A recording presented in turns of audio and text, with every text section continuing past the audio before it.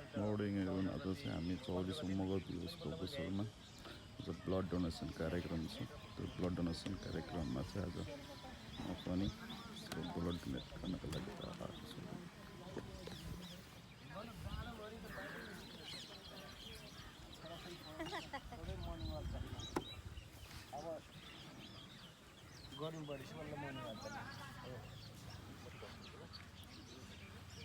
दिल भाइ हजुर हजुर नमस्कार, आराम हुनुहुन्छ? तिमी त लाहरू गएको होइन र? हजुर तिमी लाहरू गएको होइन र?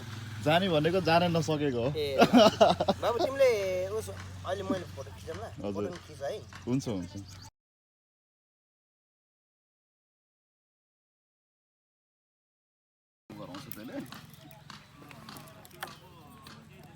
कतिको स्ट्रङ खानु त्यसमा भर पर्छ कि अब स्ट्रङ त हामीले त स्ट्रङै हो नि। त्यही त अब नर्मलले त चित्तै बुझ्दैन। स्ट्रङ खायो भने चाहिँ अलिकति अलिक बढ्दैन। एडिक्टै नै हुन्छ कि नर्मल त पानी तातो पानी खान्छ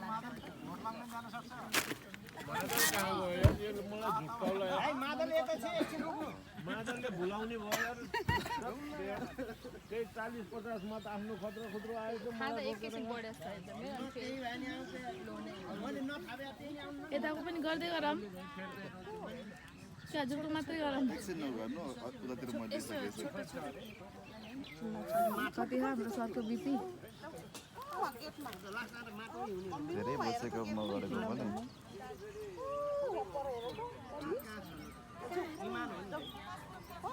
फेरि प्रेसर चाहिँ अब हाम्रो घरको जेनेटिकै छ कि फेरि।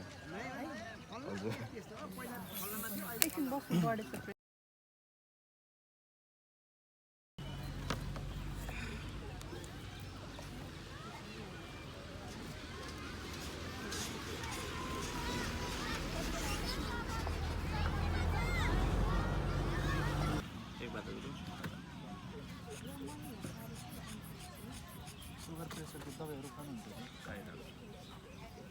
उमेर कति भयो?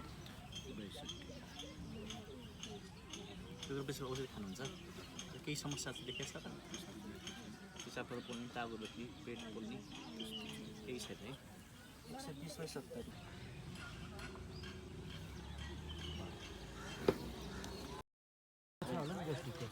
यो चाहिँ लक्षण है दिनमा 2 पटक यो देऊ न यो थाहा सेवन गर्नु छ कि नै?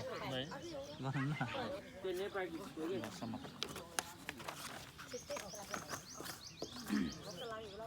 अङ्कल 2 टाइम खानु यो दुखाइ छोड्यो भने नखाने है।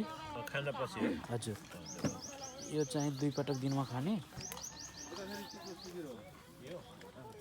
यो स्वास्थ्य शिविर हो। आमा नाम के हजुरको? पूर्ण कुमारी। के सम्बन्धी भन्ने हुन्छ हैन र? हो त्यही त हो। सुगरहरू फेरि हुन्छ, पिसाबहरू फेरि हुन्छ। यतिकै नर्मल केही भएको छ। ए घटी उमेर कति भयो हजुरको? यो फेरि हिँड्नै पर्ने जान्छ कि यो फेरि के हो? 70 हुनुभयो? ठेगाना हजुर केही समस्या छ र हजुरलाई? हजुरको औषधि खानुहुन्छ? 3 टाइम दिनु त अहिले 1 टाइम दिएछ। 1 टाइम दिएछ अहिले कन्ट्रोलमा भएर हैन? खै यहाँ थाहा अहिले सर स्कुल पुग्नु भयो? स्कुल पुग्नु भयो सर तपाईँ? ल्याउने लैजाने मान्छे यहाँ प्रेम सर सबले वाक्सा खाँदै बसेर के सबको प्रेसर बढाउँदै खै वाक्साले गर्नुपर्छ नि। गर्नु त त्यही भाषाले हो।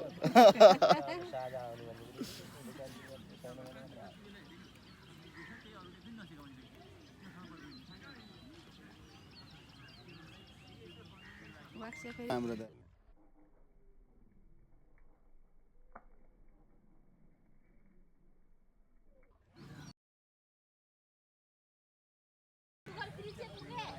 नाच्ने होइन 15-20 मिनट आधी घन्टा रेस्ट गरेर नाच्नु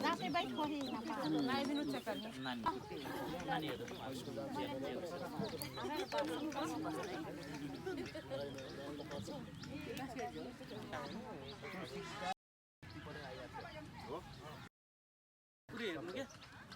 खुनमा कति इन्फेक्सन छ, रातो खुन कति छ, सेतो नहीं अर्को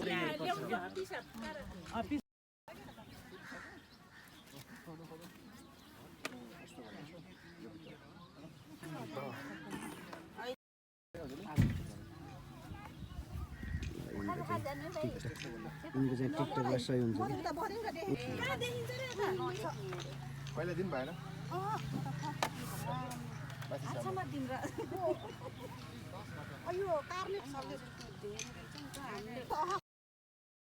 आज फर्स्ट टाइम का साथ होइन कन्फिडेन्टका साथ हाम्रो बहिनीले फर्स्ट टाइम रगत दिइरहेछन् यिनको चाहिँ एचबी चाहिँ अलिक बढिरहेछ कि दिनै पर्ने कि यो फेरि नदिन नहुने पठाइदिन्छु कि मैले वाट्सएपमा पठाइदिन्छु खोलिदिनु हात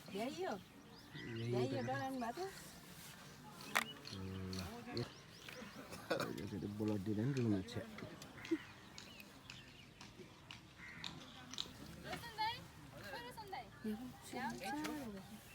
सुरुमा झरेको थियो चाँडो कति चाँडो यता भन्दा यता चाँडो भयो अहिले आत्तिनु होला फेरि